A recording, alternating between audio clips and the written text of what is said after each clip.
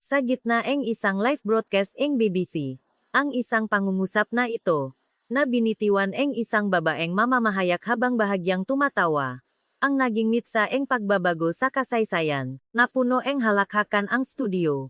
Ngunit pagkatapos nun, ang opisyal ng depensa sa buong Europa ay biglang namutla at nanginig sa takot. Dahil sila lamang ang nakakaalam ang katotohanan. Isang nakakatakot na katotohanan na kapag pinatay ng Pilipinas ang kanilang technology switch, kahit isang misileng Europa ay hindi lilipat, at ang kanilang ekonomiya ay babagsak sa isang iglap. Ang demonic semiconductor na may 95% na market share sa buong mundo. Ang mata ng Diyos na may bilis na 0,3 segundo. 100 beses na mas mabilis kaysa sa tao. Ang Pilipinas, na dating tinitingnan bilang isang bansang natapos na dahil sa krisis sa ekonomiya at pinagtatawanan ang mundo, ay tahimik na palang humahawak sa puso ng teknolohiya ng buong daigdig. Ito ay isang talaang pagkabigla at inspirasyon, kung saan ang isang mamamahayag na minsang nang maliit sa Pilipinas ay nasaksihan ang napakalaking kapangyarihan nito sa teknolohiya, at sa huli, lumuhang tinanggap ang kanyang sariling pagkakamali. Bakit nga ba napayuko ang Europa sa harap ng Pilipinas noong gabing iyon? Ngayon, magbubukas na ang tabing sa isang malaking pagbabago na yumanik sa buong mundo. Pilipinas, pangatlo sa tech superpower. Ang gabi na kinilabutan ang Europa. Nangyari ang isang walang katulad na insidente sa kasaysayan ang British Broadcasting. Sa live studio ang BBC, isang defense specialist na si Anna Foster ang nagbiro tungkol sa teknolohiya ang Pilipinas. Ang Pilipinas daw ang pangatlong tech superpower. Kung ganun, isa ng disyerto ang London. Naging dagateng tawanan ang studio. Ngunit mula sa sandaling iyon, nagsimula ang isang malaking alon na yumanik sa relasyon ng Britanya at Pilipinas. Ang Pilipinas, may 95% share sa high bandwidth memory integration. Kalahati mga mahalagang bahagi ng NATO weapon systems ay gawa sa teknolohiyang Pilipino. Kalahating AI chip packaging ang Nvidia ay galing sa Pilipinas. Maging ang Pentagon ng Amerika ay hindi makapagpatakbong simulations kung wala ang teknolohiya ng Pilipinas. Sa harap ng nga nakakagulat na datos na ito, natigilan ang nga eksperto sa Europa. Ang pagkabigla ang British journalist na ito, na buwang buhay na binaliwala ang Pilipinas, nang maranasan niya ang 8-minute entry sa Naya. Ang nasaksihan niyang 0.3 segundong ay combat system sa Clark. At ang pinakmulan ng teknolohiya na binuo ng Pilipinas upang hindi na muling bumaksak matapos ang matinding krisis sa ekonomiya. Anong pagbabago at inspirasyon ang nahihintay sa dulo ng kanyang paglalakbay na puno ng pagkiling? Bago tayo magpatuloy, ang inyong pag-subscribe at pag-like ay malaking tulong upang may pakalat ang katotohanan tungkol sa teknolohiya ng Pilipinas sa buong mundo. At kung naniniwala kayo na natuklasan ng British journalist na ito ang tunay na Pilipinas, mangyaring iwan ang komento na Pilipinas, the best. Sa ibaba. Sabihin niyo rin kung saan kayo nanonood ngayon. Kami, bilang Pilipino, ay laging magkakasama. Ngayon, simulan na natin ang kwento. Iyon ay isang Huwebes ng hapon. Ang live broadcast studio ng BBC sa London ay puno ng tensyon sa ilalim ng pulang ilaw. Ako ay nakaupo sa upuan ng main host. 6 na taon na akong host ng isang programa tungkol sa teknolohiyang pangdepensa. Ngunit iba ang araw na iyon, dahil ang paksa ay hindi pangkaraniwan. Ang anunsyo ng Global Technology Powerhouse Rankings, kasama sa studio ang nga panelist mula sa iba't ibang bansa sa Europa. Si Claudia mula sa Alemanya, isang ekonomista na si Pierre mula sa Pransya, at maging si David mula sa Amerika. Lahat sila ay mga kilalang eksperto. Nagsimulang umikot ang nga kamera. Binasa ko ang script.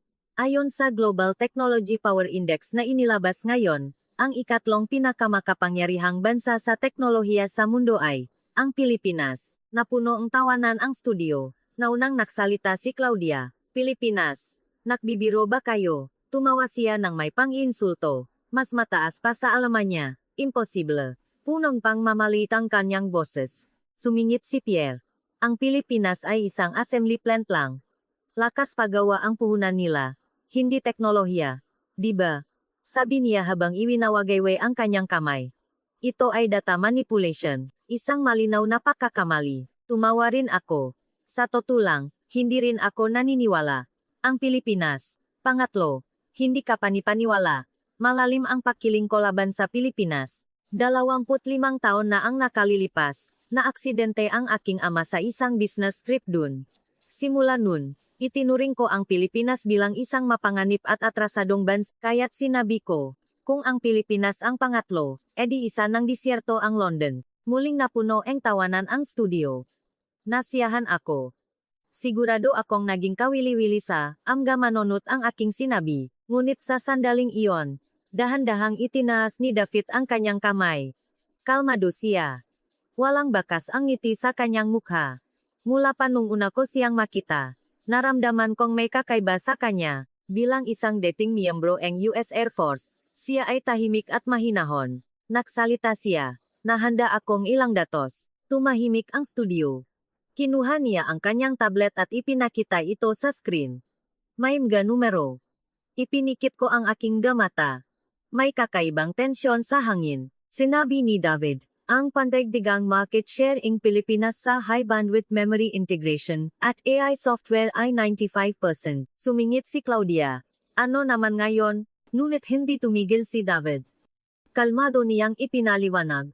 Kalahating packaging technology para sa mga graphic chips ng Nvidia ay galing sa Pilipinas. Karamihan sa mga ay sensors na ginagamit sa mga armas na to ay teknolohiyang Pilipino. Ito ay mga datos na personal kong na-verify nung nasa US Air Force pa ako. Sumuto si Pierre. Pinalalaki mo lang ang mega bagay. Umiling si David. Hindi. Sa Simulation Center, NG Pentagon, hindi gumagana ang aming AI combat modeling kung wala ang maserver na gumagamit NG integration technology mula sa Pilipinas. 6 na buwan ko itong nasaksihan. Natigilan ang buong studio. Nakpanik ako. Walang kasinungalingan sa tono ni David. Puro katotohanan ang sinasabi niya. Walang emosyon. Nanahimik ako. Wala akong basehan para tumutol. Muling nagsalita si Claudia. Kahit na, mas magaling pa rin ang teknolohiyang Alemanya. Ngunit walang katiyakan sa kanyang boses. Si Pierre naman ay tuluyan ng nanahimik. Ang nga kamera ay patuloy pa ring umiikot. Kailangan kong ipagpatuloy ang programa. Ngunit magulo ang isip ko.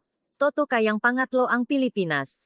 Kung toto ang datos ni David, tapos na ang broadcast, namatay ang ilaw sa studio. Tumayo ako at lumabas sa hallway. Nanghihina ang aking natuhot.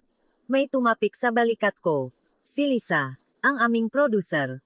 Malamig ang kanyang tingin sa akin.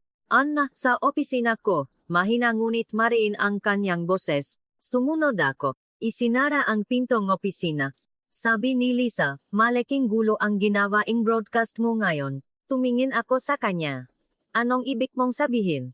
Iniharap ni Lisa ang kanyang cellphone sa akin. Puno ang screen inga social media feeds. BBC reporter minalit ang Pilipinas. London ay disyerto. Kontrobersiya sa pang-insulto ni Foster. DFA ang Pilipinas. Pinag-aaralan ang formal na reklamo laban sa BBC. Hindi ako makahinga. Sabi ni Lisa. Tumawag na rin ang British Ministry of Defense. Ang sinabi mo ay maring maging isang international na issue. Nagpaliwanag ako, biro lang iyon. Umiling si Lisa. Hindi ito isang bagay na madadaan sa biro. Ang Pilipinas ay isang mahalagang partner NATO at isa sa mga nangunguna sa mundo sa pag-export na defense industry components. Hindi lang isang simpleng bansa ang ginalit mo. Wala akong masabi. Hinampas ni Lisa ang mesa. Anna, pumunta ka sa Pilipinas. Nagulat ako. Sa Pilipinas? Tumango si Lisa. Magsolo report ka. Alamin mo mismo kung totoo ang pagiging pangatlo ang Pilipinas sa teknolohiya. Iyon lang ang tanging paraan para maayos ito. Tumanggi ako. Ayokong pumunta. Ang Pilipinas ay isang bansang puno ng masasamang alaala para sa akin. Ngunit malamig na sinabi ni Lisa, wala kang pagpipilian. Kung hindi ka pupunta, tapos na ang karyer mo sa broadcasting. Napagdesisyonan na itong management, gusto kong maupo sa sahig. Ngunit wala akong magawa. Idinagdag ni Lisa, patunayan mo mismo na kasinungalingan ang teknolohiyang Pilipinas. Sa ganoong paraan, matitigil ang kontrobersiyang ito. Tumango ako. Sige, sabi ko. Sa totoo lang, ito ang iniisip ko nun. Sige, ako mismo ang maglalantat sa kasinungalingan niyang Pilipinas. Ipapakita ko kung gaano katawa-tawa ang pagiging pangatlo nila sa teknolohiya. Lumabas ako ng opisina. Madilim ang hallway. Kinuha ko ang aking cellphone at nag-search. Philippine Technology News. Bumuhos ang mga balita. semiconductors, artificial intelligence, defense industry, high bandwidth memory integration. Puno ang mga salitang hindi ko pamilyar. Tumawa ako nang may pang-insulto. Lahat ito, pinalaki lang. Mga hangal. Noong gabing iyon, hindi ako makatulog sa bahay. Dumating ang isang email na nagsasabing nakabook na ang aking flight papuntang Pilipinas. Ang alis ko ay pagkatapos ang 3 araw. Tumingin ako sa labas ang bintana. Ang nga ilaw ang London sa gabi. Dumadaloy ang nga patak ng ulan sa salamin. Bumulong ako. Pilipinas. Ako mismo ang magpapatunay kung gaano kaka-overrated na bansa. Ngunit hindi ko alam nun kung gaano ako nakakamali. At kung gaano kasindak-sindak ang pagguhong aking maling akala. Kinaumagahan. Nagising ako alas 6. May 47 na notification sa aking cellphone. Lahat ay tungkol sa broadcast kagabi. Ang unang email ay mula sa BBC headquarters. Emergency meeting. 9 AM. Ang pangalawa ay mula kay Lisa. Pumunta ka agad dito. Malaking gulo ito. Ang pangatlo ay mula sa isang hindi kilalang numero. Anna Foster. Tapos ka na. Bumangon ako at tumingin sa salamin. Malalim ang nga ay bex ko. Hindi ako nakatulog ng maayos. Naligo ako at nakbihis. Nanginginig ang aking nga kamay. Pumunta ako sa BBC headquarters. Ang subway ay siksikan gaya ang dati. Ngunit ang taong katabi ko ay nanonood ng balita sa kanyang cellphone. Nakita ko ang mukha ko sa screen. BBC's Anna Foster, kontrobersiya sa pang-insulto sa Pilipinas. Umiwas ako ngatingin. Kumabog ang dibdib ko. Bumaba ako sa subway at pumasok sa gusaliing headquarters. Sa lobby, nakasalubong ko ang kasamahan kong si Jason. Ana, ayos ka lang? Tanong niya. Umiling ako. Hindi ako ayos. Pabulong na sinabi ni Jason, napakagulo sa taas ngayon. May tumawag daw na reklamo mula sa Department of Foreign Affairs in Pilipinas. Napalunok ako, ang DFA. Tumango si Jason. At tumawag din daw ang British Ministry of Defense. Sensitibo sila dahil partner natin ang Pilipinas sa NATO. Sumakay akong elevator. Habang tumataas ang palapak, lumalaki rin ang aking kaba. Bumukas ang pinto sa ikasiyam na palapak. Naglakad ako papunta sa conference room. Binuksan ko ang pinto. May 10 tao na ang nakaupo. Si Lisa, ang deputy director, ang legal team, ang PR team. Lahat sila naroon. Umupo ako. Nagsalita ang direktor. Ana, seryoso ang sitwasyon. Inikot niya ang laptop at ipinakita ang screen. Ang nga social media feeds ay real-time na dumarami. Huminging tawad si Anna. Ang Pilipinas ay nararapat sa respeto. Ang kayabangan ng BBC, sabi niya. Mahigit 100,000 posts na ang nasa social media pa lang. Sa mga online forums, sumabog na rin ang diskusyon. Ang nakakagulat, maging ang nga Briton ay binabatikos ako. Isang komento ang nakakuha ng pansin ko. Kung walang Pilipinas, hihinto ang defense industry ng Britanya. Walang alam si Ana sa katotohanan. Nainis ako. Kakampi pa ang nga Briton ang Pilipinas. Sabi ang Deputy Director, Ana, hindi simpleng bansa ang ginalit mo. Ang Pilipinas ngayon ang sentro ang pandaigdigang semiconductor integration at isa sa mga nanggunguna sa defense industry exports. Isang malapit na partner ng NATO.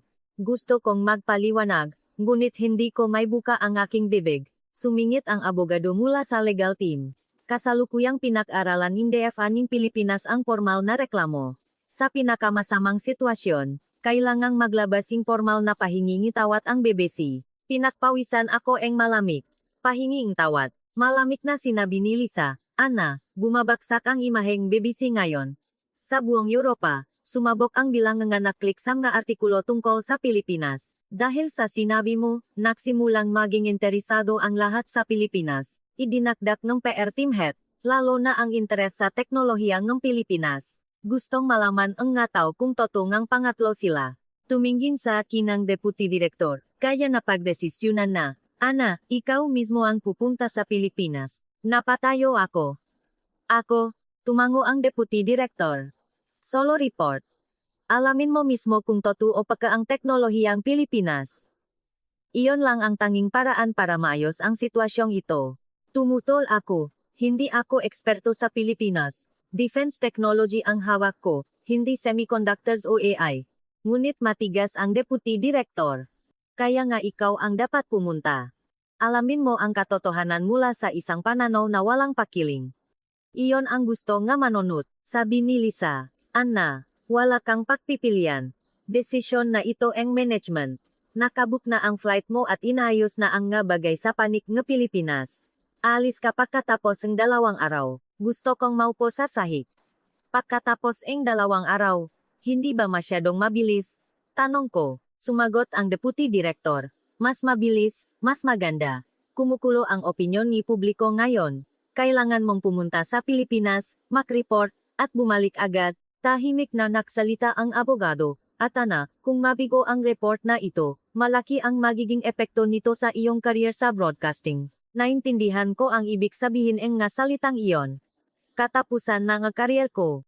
Napayuko ako. Wala akong masabi. Natapos ang meeting. Pasuray-suray akong lumabas ang conference room.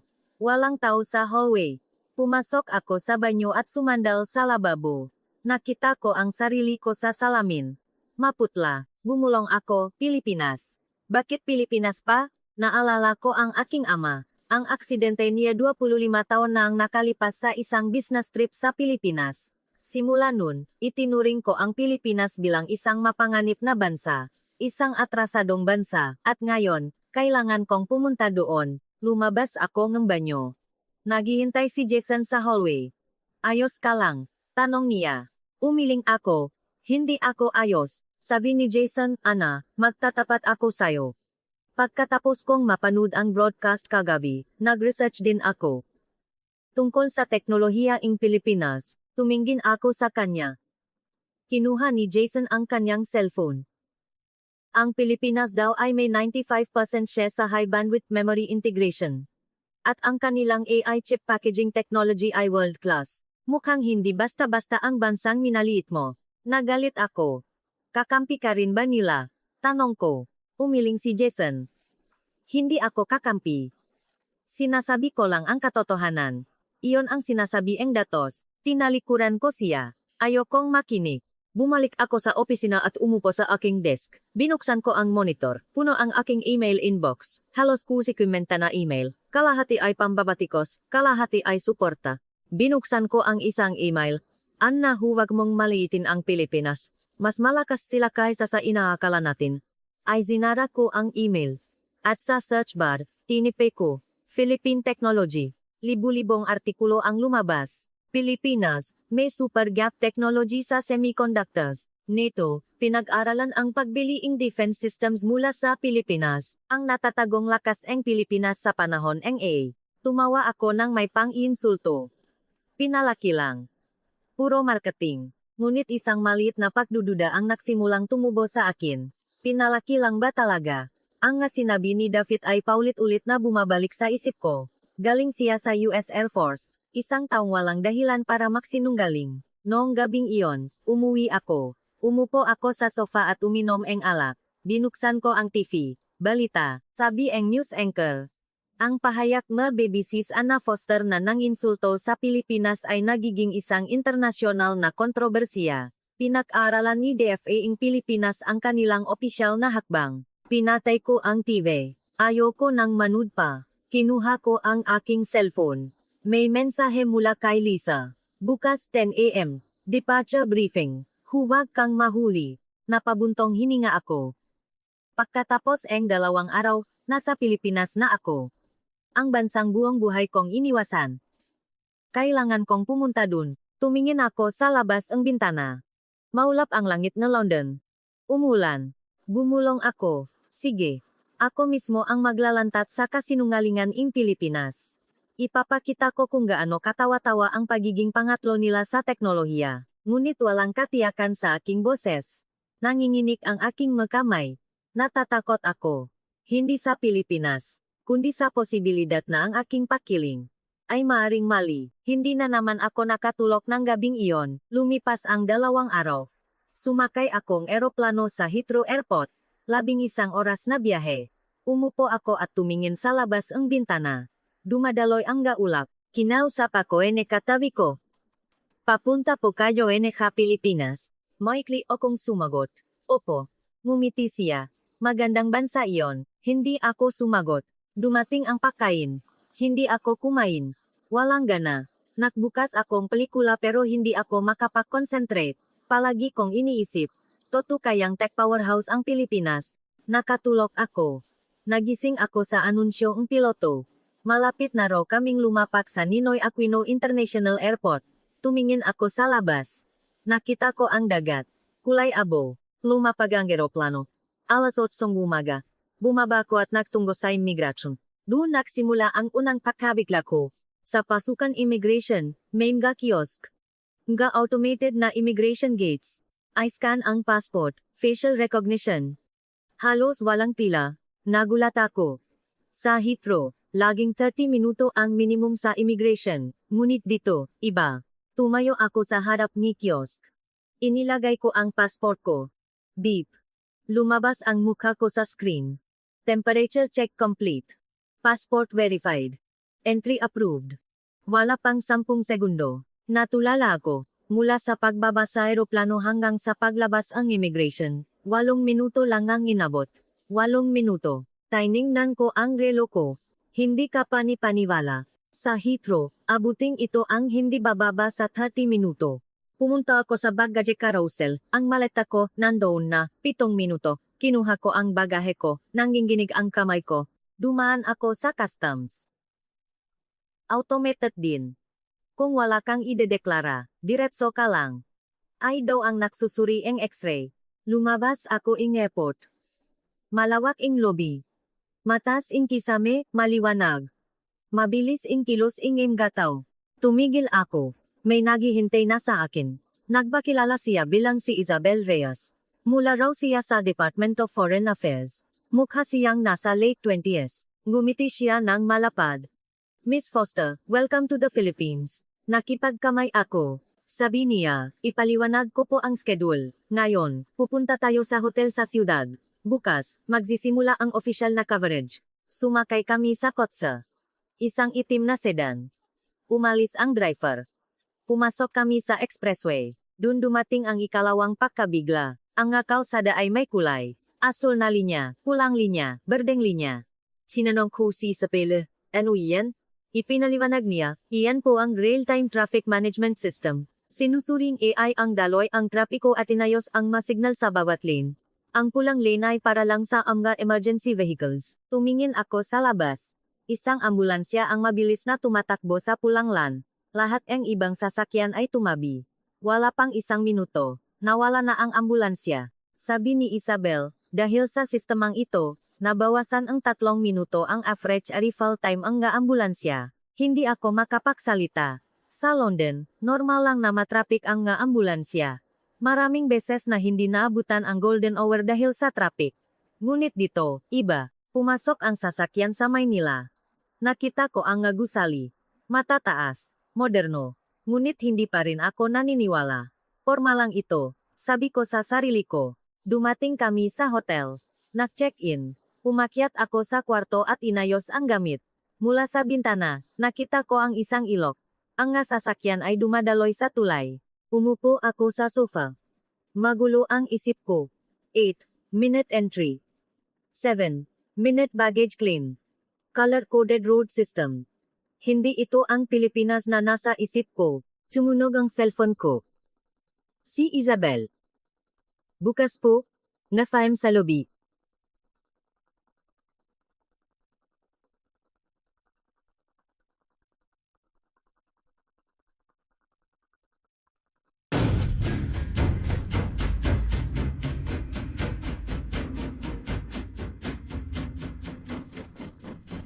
Binaba ko ang telepono.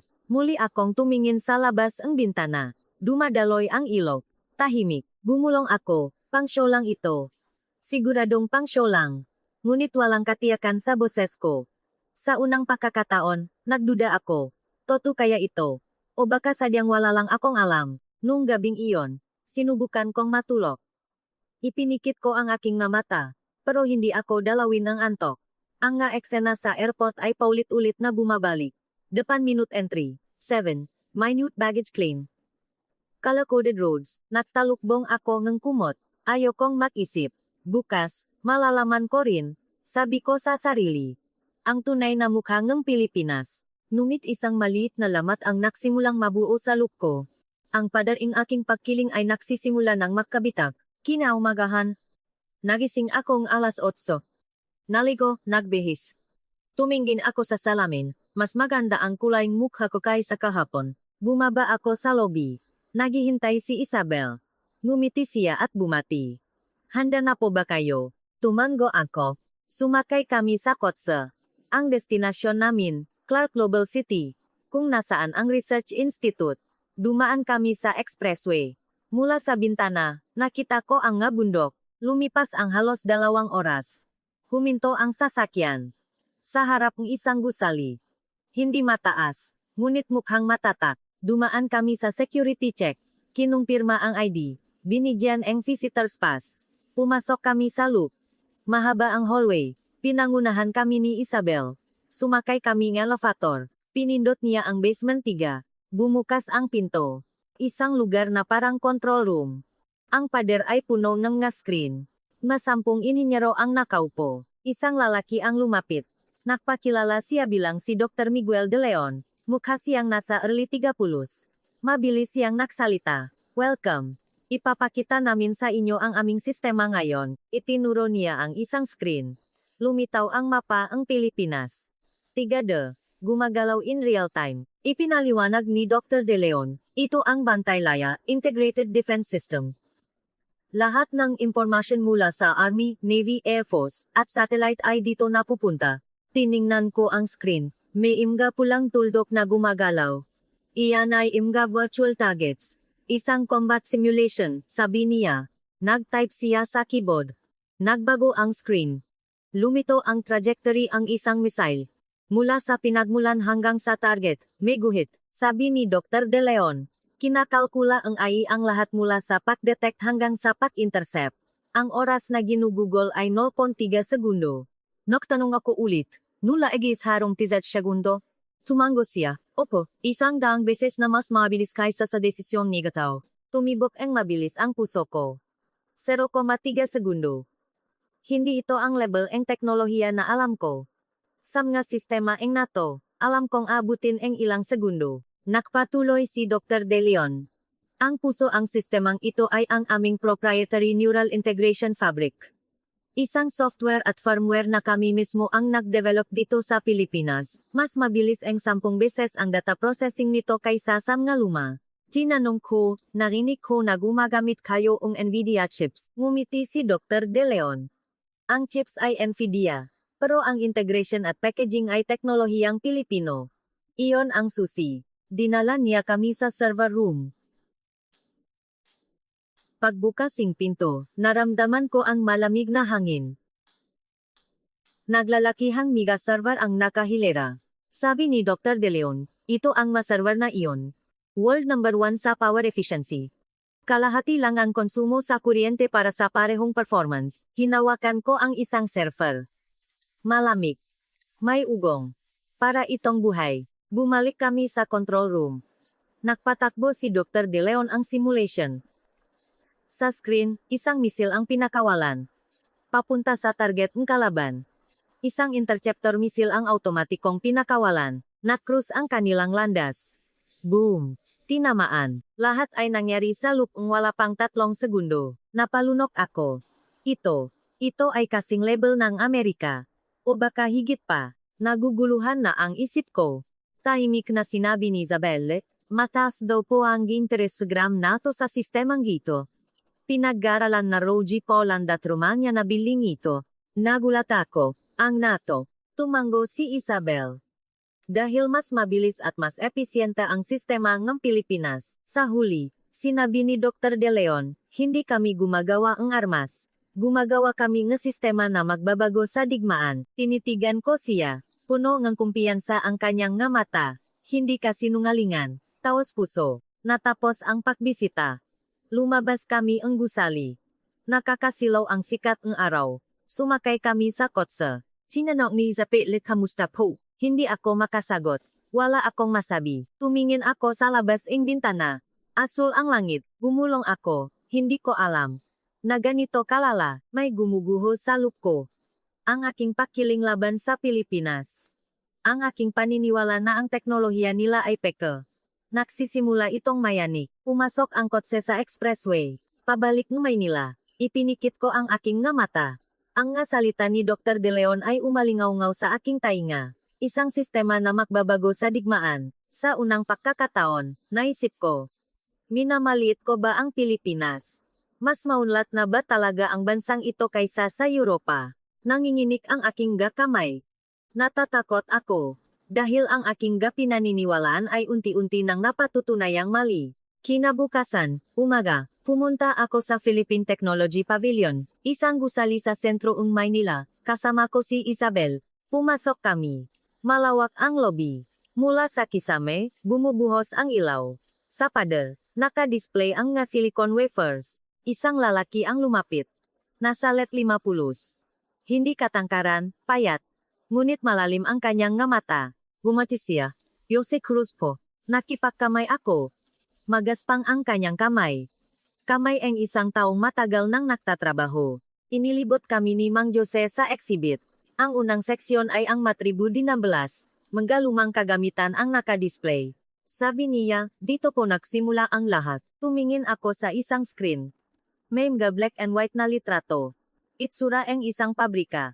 Tahimik na sinabi ni Mang Jose, noong 1990, nagtatrabaho ako sa isang semiconductor assembly plant. Noon, lahat ng gamit namin, inaangkat, galing sa ibang bansa. Tumango ako, nagpatuloy siya. Pero dumating ang Asian financial crisis.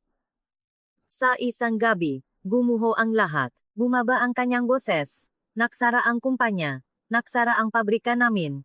2,000 tao ang nagtatrabaho doon, pero sa loob ng isang buwan, naging abandonado. Tinitigan ko siya, nanginginig ang kanyang nga mata, nawalan din akong trabaho. Nasa 40 na ako noon, pero wala akong magawa. Malapit nang ma-foreclose ang bahay namin, naglakad si Mang Jose papunta sa susunod na seksyon. Sumunod ako. Sa pader may malaking kopya ni Mega Diaryo. Sunod-sunod na pagsasara ang nga pabrika ang semiconductor. Libu-libong inhinyero. Nawalan ang trabaho. Produksyon. Huminto dahil walang dayuhang kagamitan. Binasa ko ang nga artikulo. Sumikip ang dibdib ko. Sabi ni Mang Jose, noon namin naintindihan kung gaano katakot ang pagiging dependent sa teknolohiya ng iba. Kung hindi kami pagbebentahan ang gamit ng ibang bansa, wala kaming magagawa. Tumingin siya sa aking nga mata. Kaya nagdesisyon kami. Hindi na namin hahayaang mangyari ulit ito. Ang nakagamitan, ang proseso, ang software. Kami na mismo ang gagawa. Tinanong ko, naging possible po ba yon? Tumango si Mang Jose. Hindi naging madali. Inabuting 10 taon. Pero nagawa namin. Tumaas sa 70% ang aming self-sufficiency sa mga kagamitan. Itinuro niya ang susunod na display. Isang maliit na microchip. Ito po ang resulta. Ang aming neural integration fabric. Maliit at manipis. Pero nandiyan ang napakalaking teknolohiya. Sabi ni Mang Jose. Ito po ngayon ang may 95% market share sa buong mundo. Bunga ang aral na natutunan namin noong krisis. Tinitigan ko ang chip. Maliit. Ngunit ramdam ko ang bigat nito. Ang kuwento sa loob nito. Tahimik na sinabi ni Mang Jose. Ang dahilan kung bakit gumawa ang sariling teknolohiya ang Pilipinas ay hindi para sa digmaan. Kundi dahil sa ala-alang krisis na iyon, tumingin ako sa kanya. Malalim ang ngakunot sa kanyang mukha. Dala ang panahon. Nagpatuloy siya. Naranasan na naming bumagsak. Kaya gumawa kami ang teknolohiya para hindi na muling bumagsak. Nanikip ang dibdib ko. Hindi ito simpleng pag-unlad ng teknolohiya. Ito ay isang ala-ala ng kaligtasan. Isang pangako na ginawa ng isang henerasyon na bumagsak upang muling makabangon. Tinanong ko, ano po ang trabaho niyo ngayon? Ngumiti si Mang Jose. Nagpapaliwanag po dito. Ikinukuwento ko sa mga batang inhinyero kung bakit namin ginawa ang teknolohiyang ito. Tumingin siya sa labas ng bintana. Ang siyudad ng Maynila. Nakniningning ang nga gusali. Ang teknolohiya ay hindi pera. Ito ay isang pangako. Na hindi na tayo muling babagsak. Nang marinig ko ang nga salitang iyon, biglang tumulo ang luha ko. Nahiya ako sa aking pakiling. Minaliit ko ang Pilipinas. Pinagtawanan ko ang pagiging pangatlo nila. Ngunit mali ako. Ang Pilipinas ay isang bansang gumawa ng teknolohiya para mabuhay. Isang bansang bumangon mula sa alaalaeng pagbagsak. Napayuko ako. Marahang tinapik ni Mang Jose ang aking balikat. Ayos lang. Ang mahalaga, naintindihan mo na ngayon. Lumabas kami ni exhibit. Mainit ang sikating araw. Tanong ni Isabel, okay lang po kayo? Tumango ako. Sumakay kami sa kotse. Tumingin ako sa labas. Naglalakat ang nga tao. Isang ordinaryong araw. Ngunit alam ko na ngayon, kung gaano kalaking pagsisikap ang nasa likod na ordinaryong araw na iyon, ang pangako na hindi na muling babaksak. Tumunog ang cellphone ko. Si Lisa. Kamusta ang report? Tanong niya. Maikli akong sumagot. Mas malalim kaysa sa inaasahan ko. Binaba ko ang telepono. Ipinikit ko ang aking nga mata. Ang mukha ni Mang Jose. Ang huli niyang sinabi ay umalingaw-ngaw sa aking tainga. Ang teknolohiya ay hindi pera, kundi isang pangako na hindi na muling babagsak. Sa unang pagkakataon, naintindihan ko ang Pilipinas. Lumipas ang isang linggo. Bumalik ako sa London. Paglapak ko sa Heathrow, lahat ay mukhang iba na. Mahaba ang pila sa immigration. Nahintay ako ng 30 minuto. Pumasok ako sa opisina. Tinawag ako ni Lisa. Pumasok kami sa conference room. Kamusta? Tanong niya. Binuksan ko ang aking laptop. Ipinakita ko ang mga materyales. Mga litrato, video, interview. Lahat ay mayos. Tiningnan ni Lisa ang screen. Nakbago ang kanyang tingin. Totoo ba ito? Tumango ako. Kinumpirma ko lahat. Ang 95% share sa integration technology. Kalahati NG packaging NG dia. Karamihan sa sensors NG NATO. Hindi nagsisinungaling ang datos. Sabi ni Lisa, gawan natin ang documentary. Nagulat ako. Documentary? Tumango siya. Kailangan itong maging special feature. Isang linggo kaming nahanda. Inedit ang video, sinulat ang narration. Nagdagdag interview ng eksperto. Muling lumabas si David. Dumating ang arawng broadcast. Huwebes, 9 gabi. Nakaupo ako sa studio. Nagsimulang umikot ang kamera. Isang linggo na ang nakalipas. Sa lugar na ito, pinagtawanan ko ang Pilipinas. Ngunit mali ako. Ngayon, ipapakita ko sa inyo ang katotohanan. Nagsimula ang documentary, ang eksena sa Naya, ang 8-minute entry, ang color-coded road system. Pagkatapos, ang Combat Management Center sa Clark. Lumabas si Dr. De Leon sa screen, ipinapaliwanag ang 0.3 segundong detection system. Alam kong magugulat ang manonood. Lumabas ang interview ni Mang Jose. Ang kwento ng krisis sa ekonomiya. Umalingaw-ngaw ang kanyang boses sa studio. Ang teknolohiya ay hindi pera. Ito ay isang pangako na hindi na tayo muling babagsak. Tiningnan ko ang screen. Uminit ang dibdib ko. Natapos ang broadcast. 4-5 minutong documentary. Tumatakbong lumapit si Lisa. Ana, tingnan mo ang ratings.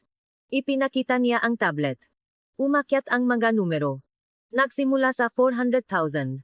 Pagkatapos ng 10 minuto 700,000. Pagkatapos NG 20 minuto, lumagpas NG 1 million. Sa pagtatapos NG broadcast, 1.2 million. Number 1 sa buwan Britanya sa time slot na iyon. Hindi ako makapaniwala. Sumigaw si Lisa, tagumpay. Nagsimulang tumunog ang cellphone ko. Bumuhos ang nga mensahe. Sumabog ang nga notifikasyon sa social media. Tiningnan ko ang screen. Nagtatalo ang nga tao tungkol sa teknolohiya ng Pilipinas, ang integration technology, ang AI system, ang kuwento ang pagbangon sa krisis. Lahat ay naging usap-usapan. Ngunit may mga tumutol din. Isang German tech expert ang nagpost sa social media. Pinalalaki lang ang teknolohiya ng Pilipinas. Sumang-ayon din ang isang French economist. Kinaumagahan.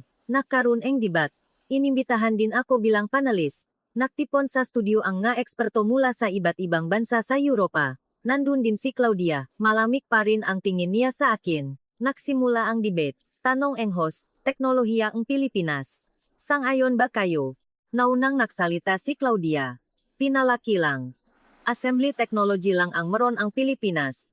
Ang core technology ay nasa Europa at Amerika pa rin. Tumutol ako. Nakita niyo ba ang datos? 95% share sa integration. Impossible iyon sa assembly lang. Sumingit ang German expert, pansamantalang pangyayari lang iyan. Ngunit sinabi ni David, hindi ito pansamantala. Maging ang Pentagon ng Amerika ay umaasa sa teknolohiya ng Pilipinas.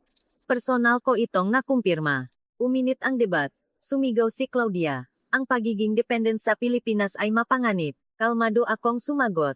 Hindi ito dependency. Partnership ito. Ang Pilipinas ay isang bansang nakikipagtulungan sa mundo sa pamamagitan ng teknolohiya. Tumahimik ang studio. Nakpatuloy ako. Isang linggo na ang nakalipas. Katulad niyo rin ako. Minaliit ko ang Pilipinas. Ngunit mali ako. Hindi nagsisinungaling ang datos. Lumabas ang madatos sa screen. Ang graph ng integration technology. Ang share sa NATO sensors. Ang ranking sa packaging technology. Lahat Pilipinas ang number 1. Nanahimik si Claudia.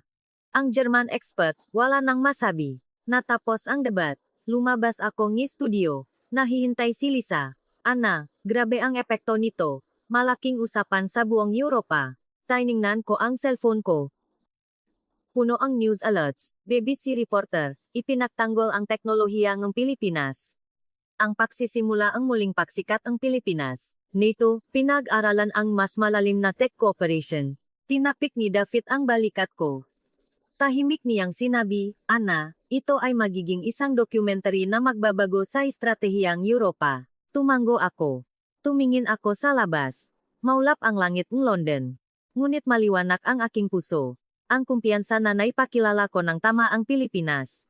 Ang ginhawa na nabasak ko ang aking pakiling. Bumulong ako. Ito pa lang ang simula. Lumipas ang isang buwan. Nasa Brussels ako. Sa headquarters ng European Union. Nagkaroon ng special meeting ang Defense Committee. Ang aking report ang naging agenda.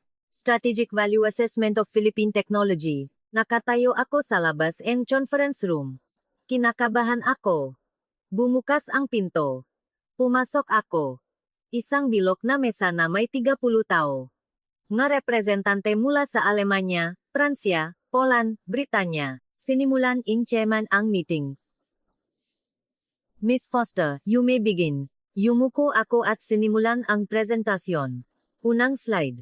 Ang graph ang tech share ang Pilipinas. Integration 95%. Packaging 50%. Sensors 30%.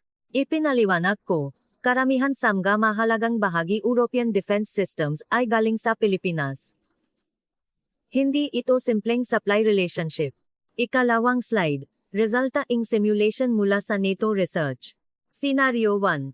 Normal supply mula sa Pilipinas. European Defense Systems 100% operational. Scenario 2. 30% reduction sa supply. Radar upgrades, mahihinto. Missile production, bababa ang 20%. Scenario 3. 100% stop sa supply. Radar resolution, bababa ang 30%. AI target recognition speed, babagal ang kalahati. Combat system updates, impossible. Tumahimik ang kwarto. Ipinakita ko ang huling slide. Kung wala ang teknolohiyang Pilipinas, makakaroon ang malaking butas sa depensa ang Europa. Nagtaas ang kamay ang German representative. Hindi ba't pinalalaki lang ito? Kayang palitan ito ang teknolohiya ng Alemanya. Umiling ako. Tingnan niyo po ang datos. Ang integration technology ay hindi kayang gawin sa Alemanya. Mga kumpanya lang sa Pilipinas ang gumagawa nito, suminggit ang French representative. Kung ganun, bumili na lang tayo sa Amerika. Sumagot ako. Ang Amerika ay gumagamit din ng teknolohiya ng Pilipinas. Ang core packaging ng Nvidia chips ay galing sa kanila. Walang alternatibo. Tumayo si Claudia. Mataray pa rin. Miss Foster, isa ka bang lobbyist ng Pilipinas? Ang pagiging dependent sa kanila ay isang strategic risk. Tinitigan ko siya. Hindi dependency. Partnership. Hindi nagbabanta ang Pilipinas sa Europa. Tumutol si Claudia. Paano kung maputol ang supply chain? Kalmado akong sumagot. Kaya nga kailangan ang kooperasyon. Kailangan nating bumuo ang isang strategic alliance sa Pilipinas. Hindi natin sila dapat binabalewala tulad ang ginagawa natin ngayon. Nagtaas ang kamay ang isang military attache mula sa Poland, si Colonel Marek. Sumasang-ayon ako kay Ms. Foster. Gumagamit kami sa Poland ang armas mula sa Pilipinas. Ang performance ay napakagaling.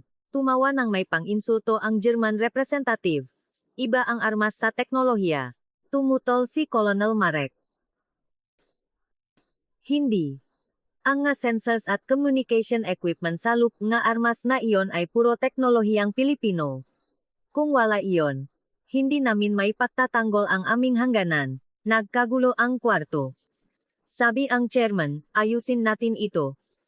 Miss Foster, ano ang konklusyon? Binasa ko ang huling pangungusap. Para sa kaligtasan Europa, kailangan natin ang Pilipinas. Tumutol ang German representative.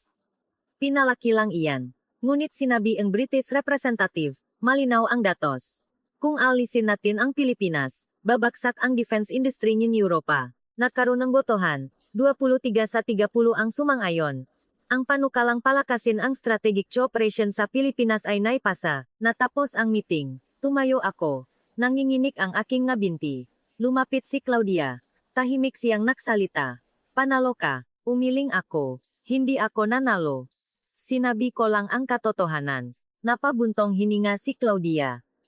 Magbabago ang Europa. Tinalikuran niya ako. Sa hallway, nahihintay si Colonel Marek. Inabot niya ang kamay niya para makipagkamay. Salamat, dahil ipinakilala mo ng tama ang Pilipinas. Gumiti ako. Lumabas ako ang gusali. Maraw ang langit ang Brussels. Kinuha ko ang cellphone at nag-message kay Lisa. Meeting passed. Philippine cooperation approved. Dumating ang reply. Good job, you changed history. Ibinusa ko ang cellphone. Naglakat ako sa plaza. Nagdaraan ang nga tao. Naisip ko, isang buwan lang ang nakalipas. Minaliit ko ang Pilipinas. Ngunit mali ako. Ang Pilipinas pala ay isang bansang kailangan Europa. Isang partner na hindi maaring balewalayin. Tumingin ako sa langit. Dumadaloy ang nga ulap. Ngayon, kinilala ng Europa ang Pilipinas. Lumipas ang 3 buwan. Muli akong lumapag sa Naya. Ngayong, mag-isa ako. Personal na biyal. Sumakay ako ang taxi. Sa Philippine Technology Pavilion po. Umalis ang kotse. Sa bintana, nakita ko ang color-coded lanes. Maayos pa rin. Naalala ko ang pagkabigla ko noong una ko itong makita. Dumating ako sa exhibit. Sa lobby, nahihintay si Mang Jose. Masaya siyang ngumiti.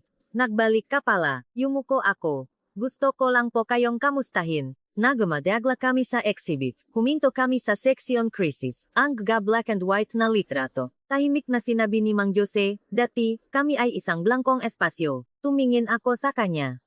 Nakpatuloy siya. Sama pa ang mundo. Ang Pilipinas ay isang maliit na tuldok lang. Walang pumapansin. Kaya lalo kaming nagsikap. Mahina ang kanyang boses. Nakikinig ako. Sinubukan naming punan ang blankong espasyo. Nagtrabaho kami araw at gabi. Nag-aral ang teknolohiya ang iba. Sinubukang pantayan, at lampasan. Iyan ang paraan namin para mabuhay. Tiningnan ko ang nga litrato. Mga taong nagtatrabaho sa pabrika. Pagod ang nga mukha, ngunit buhay ang nga mata. Sabi ni Mang Jose, ngayon, nakbago na. Ang Pilipinas na ang nakpapagalaw sa mundo. Pero ang simula nun, ay isang blankong espasyo. Tumango ako. At tahimik na sinabi, hindi na po blanko ang Pilipinas ngayon. Tumingin sa akin si Mang Jose. Nagpatuloy ako. Ito na ang ikatlong haligi na nakpapagalaw sa mundo. Ngumiti siya. Salamat. Nakakagaan ilok marinig iyan. Umiling ako. Ako po ang dapat magpasalamat. Minaliit ko ang Pilipinas. Ngunit mali ako. Tinapik ni Mang Jose ang balikat ko. Ang mahalaga, nalaman mo ang katotohanan. Iyon ang dapat may pakalat. Lumabas kami at pumunta sa isang kafe na tanaw ang ilog. Umupo kami sa tabi ang bintana. Dumadaloy ang tubig. Tinanong ni Mang Jose, kamusta ang Europa? Sumagot ako, nagbabago na po. Kinikilala na nila ang Pilipinas. Pinapalakas ng ganito ang kooperasyon. Tumango si Mang Jose. Mabuti naman. Tumingin ako sa labas, may itinuro ang maliit na bansang ito sa mundo. Ano iyon? Tanong ni Mang Jose. Dahan-dahan akong sumagot. Na ang kapayapaan ay maaring protektahan. Hindi sa pamamagitan ang lakas, kundi ang talino. Hindi ang pananakot, kundi ang tiwala. Hindi ang armas, kundi ang estratehiya. Tahimik na ngumiti si Mang Jose. Magandang pagkakasabi. Umalis kami sa kafe at naglakad sa tabing nilog. Umihip ang hangin. Kinuha ko ang aking cellphone at binuksan ang report ng EU. Binasa ko muli ang titulo. The Age of AI, Semiconductors and War, Europe's New Ally, the Philippines. Makalipas ang 2 araw, nasa studio ako sa London. Naghahanda para sa isang live broadcast. Sa mismong lugar kung saan ko minaliit ang Pilipinas 3 buwan na ang nakalipas, umikot ang kamera. Huminga ako ng malalim, at nagsalita ako. 3 buwan na ang nakalipas. Sa lugar na ito, pinagtawanan ko ang Pilipinas. Sinabi kong peka ang pagiging pangatlo nila sa teknolohiya. Ngunit ako, ay nakamali. Lumabas sa screen ang ma-video ning Pilipinas. Naya, ang Research Institute sa Clark. Ang interview ni Mang Jose. Nagpatuloy ako. Ang Pilipinas ay isang bansang tahimik ngunit matatak na sumusuporta sa mundo. Isang bansang bumangon mula sa ala-alaang pagbagsak. At ngayon, kailangan sila ang mundo. Tumahimik ang studio. Sinabi ko ang huli kong gasalita. Nahihiya ako sa aking pakiling. Ngunit ngayon, alam ko na ang katotohanan. At gusto kong ibahagi ito sa inyo. Natapos ang broadcast. Namatay ang ilo. Tumayo ako. Lumapit si Liza. Magaling. Ngumiti ako. Umuwi ako. Umupo sa sofa at tumingin sa labas. Ang mailawng London. Tumunog ang cellphone ko. Mga notifikasyon ng komento. Mga manunod. Ipinagmamalaki ko ang Pilipinas. Salamat sa matapang na pagulat, Ms. Foster. Dapat nating tularan ang Pilipinas. Ibinaba ko ang cellphone. At bumulong ako, salamat, Pilipinas. Sa labas ang bintana, naknininging ang ngabituin sa langit. Kayo, kailan ninyo naramdaman ang pagiging orgulyoso sa pagiging Pilipino? Ibahagi sa mga komento.